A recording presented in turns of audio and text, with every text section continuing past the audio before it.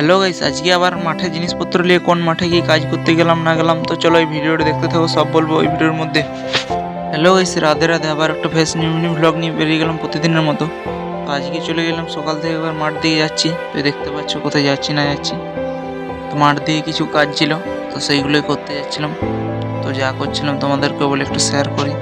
তো চলো, যে মাঠটাতে আজকে গিয়েছিলাম এই মাঠটা মানে আজকে মাঝে পড়ে গেছে চারিদিক থেকে, মানে সাইডের মাঠগুলো সব রোয়া হয়ে গেছে, তো এখানে আর গাড়ি ঢুকবে না।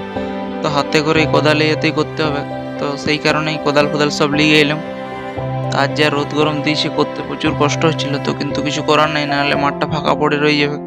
তো তাই ভাবলাম, ঘরে বাবা মা আর সবাই গিয়েছিল, তাই ভাবলাম হাতে করেই করতে হবে। আর যখন উপায় নেই কিছু, মানে এগুতে বৃষ্টি ছিল, সেই কারণেই গাড়ি এসেছিল তখন, আর বৃষ্টিটা শেষ হয়নি, তো এই কারণে আর হয়নি। আর আমাদের এদিকের মাঠের যে অবস্থা দেখতে পাচ্ছ, তো জল হচ্ছে না এখন 2-3 দিন ধরে, জলও নাই সব মাঠে, তো শুকিয়ে গেছে একদম।